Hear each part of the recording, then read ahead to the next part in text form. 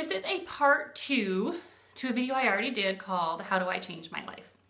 Now this video is going to be the faith-based version of the series, okay?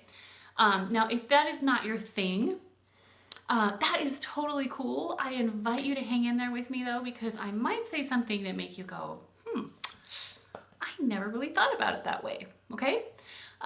So I'm gonna, if you haven't seen the first one, let me tell you what it's about. So this girl that I absolutely adore, I love her. I have this huge soft spot for her and her sister. I just adore her. She's just the sweetest thing in the world. It just always makes me so happy when I get to see her. And she asked this ingenious question. I mean, when I heard this question, I was like, yes, nice. And the mom part of me was just like, yay. So anyway, her question was, I know where my life is now, obviously, and I know where I want it to be, but I don't know how to get there. And I was like, dang, girl, like that is a great question, because most people feel that way. They might not be able to verbalize it, but they feel that way. So it was asked in like a group setting, and this super cool guy was attempting to kind of help her out, and he was telling her like, you know, really this step one is that you need to submit your life to Jesus, and that's how you change. And, you know, and however, I do agree very much with that. I don't think it's step one. I think it's probably step 2, maybe 3. And let me explain. So if you haven't, like, obviously if you're not a Christian, then you maybe have some questions and there's reasons why you haven't submitted. And you haven't, and I hate, you know, in our culture, the word submission is kind of like, I don't want to do that. And I'll get to that in a second. So that's kind of a rub too. But what really needs to be asked is, what is your view of God? Right? I mean, if you're not a Christian, there's obviously something going on, right? And I'm going to attempt to share with you a little bit about my journey, okay? Because I was that kid who had this really unhealthy view of God. And I was wild when I was a kid. I would have never wanted to be my parent. Not promiscuous, just wild, like major adrenaline junkie. Cars and horses were not fast enough. You know what I'm saying? And, you know, street racing. And so I was like, I'm not going to be around those religious kids or the church crowd, or I don't fit in there, and there's no way that I could be in the presence of God because he's trying to throw me in hell. Like, I'm not kidding you. I mean, every time I smacked my sister, I thought, I'm going to hell. And I kind of ran from God, you know? I felt like he was this thing up there that was just like the brimstone and fire. Somebody would have said you need to submit to God, I would have been like, are you out of your mind? Do you know who that guy is? Like, no. So, I'm just saying, I think that we need to back up a minute and talk about it. So, here's my little journey. So, when I got to be like early 20s, I had a traumatic several years at the hands of some very evil people, okay? And there was nothing I could do about it.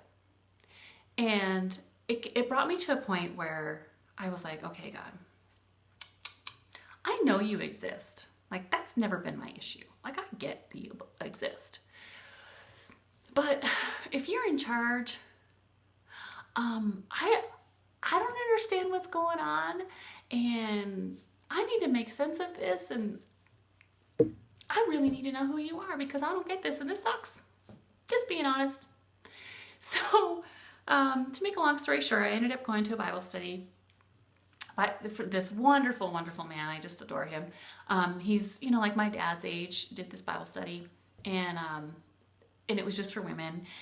And so, I mean, he did men's too, but he'd separate the men and the women so that, you know, it's a little more free for us to ask questions that were more pertaining to us. And I will never forget the day he slid this Bible across the counter at me, and he's like, why don't you look up, like, I don't know, Psalm 139:2 or something. And I'm like, excuse me? I have no idea what to look for in that book. Like, I've never cracked the thing in my life. It's not like a phone book, right? So he could tell by the look on my face, obviously, because I'm sure I'm not the first one that didn't know how to look up something in the Bible. And he had to show me how to use it. And that was the beginning of my journey. And the point of the story is that I was way down there. Like, I was starting at ground level, okay? So I went to this Bible study for years, and I got to meet some girls in there, and or young women. And we started hanging out every week and just became like sisters, super good friends. We're super good friends even to this day. And that was, I don't know, 15 years ago, 14 maybe. And I humbly began to understand God's character. And when I say humbly, I mean that it just broke me that I spent all those years thinking God was cruel.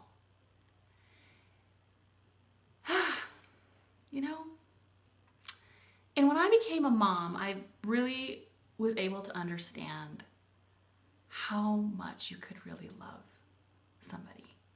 And when you love somebody that much, that means they can also hurt you. It's like your heart is splayed open. Like, if somebody dies that you love, it just breaks you, right? And I began to see that God is so, so, so loving, just filled with love for us. So much more than I could even love my own kids, because I'm an infallible human.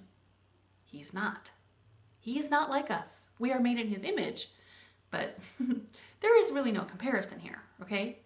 So the point of the matter is, there's so much I needed to learn about him and correct in my thinking. Then I learned about his kindness. I learned about his mercy, his immense mercy. And that came through answered prayer. That came from waiting so that timing was correct. That came from not answering my prayers because he was giving me what I needed instead of what I wanted. He's protecting me. He is fiercely loyal, so faithful, with you to the bitter end. In fact, he says, I am with you to the very end of the age. So it's not even to the end of this life, it's the end of everything. He is long-suffering. One thing that just broke me, I read this little devotional once, and it said something to the effect that when you cry, God cries.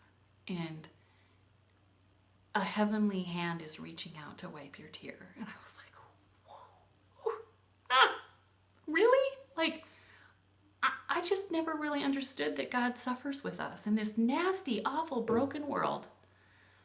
He is using all of this for his glory and our good.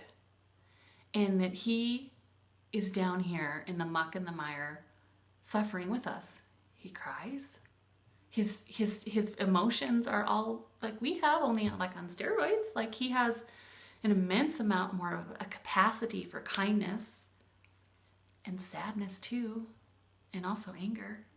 He's angry when injustice happens. He's angry when we've been treated horribly. He's angry. Furious, in fact.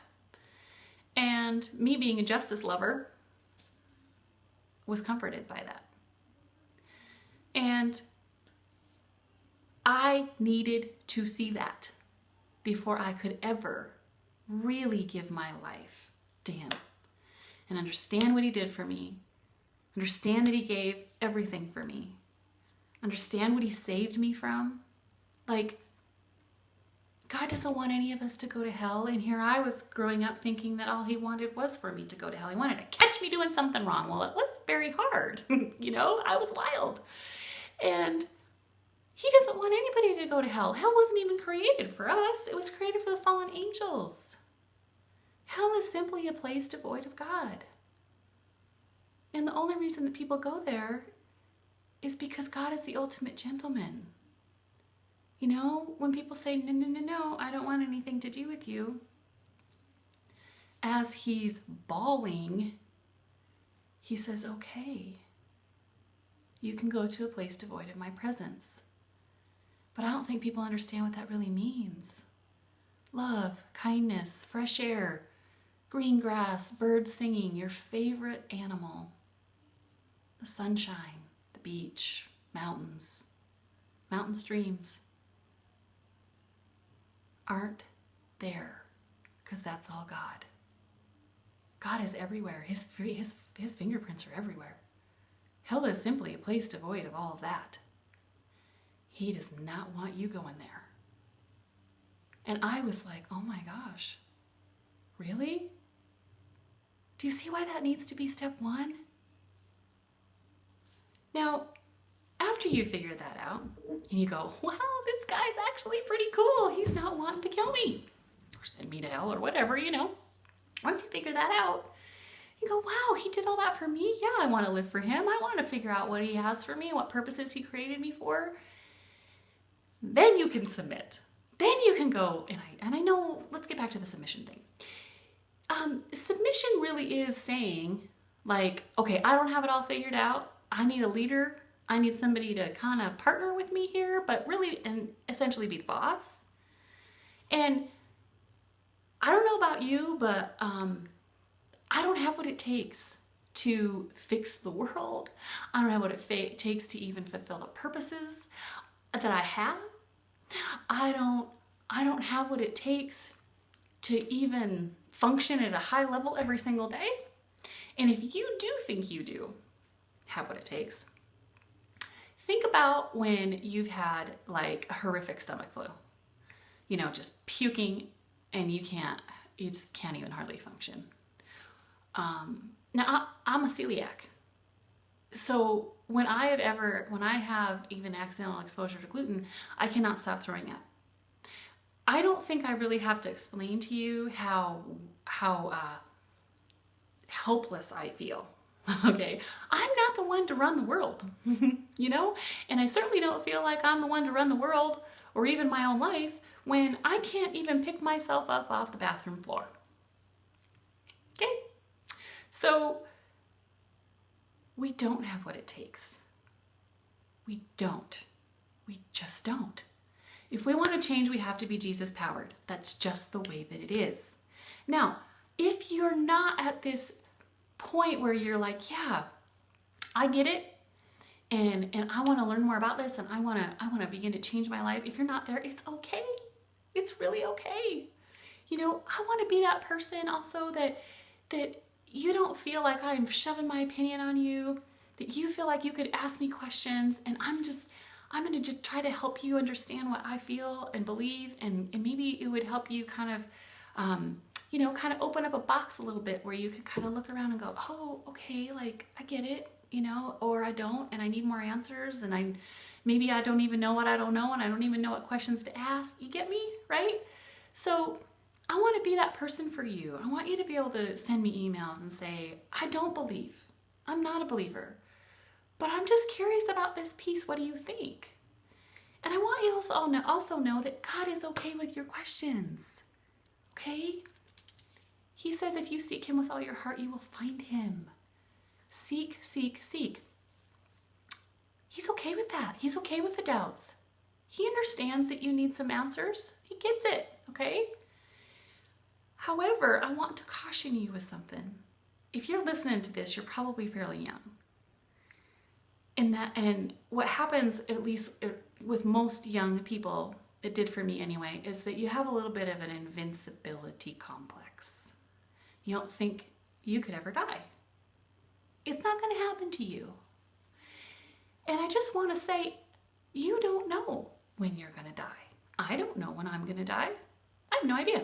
I don't know how I'm going to die. I don't know when I'm going to die. I have no clue. I could live till I'm 90. I could die tomorrow. And the point of the matter is, doubts and questions are fine. However, you don't have forever. So make this seeking top priority. Okay? In fact, one of my husband's very, very best friends just died this weekend. Fly fishing with his brother, said, I'm just going to sit down for a quick cat nap. And he never woke up. Left his daughter behind. Heartbreaking. Like a punch in the stomach. Like you're just like, what? I mean, it's a shock, but it is a lesson. It is a lesson to us all. We don't know. And dying outside of Christ, you don't want to be there, okay? So if you have questions for me, send them. But that's how you change your life. It's Jesus powered. It really is.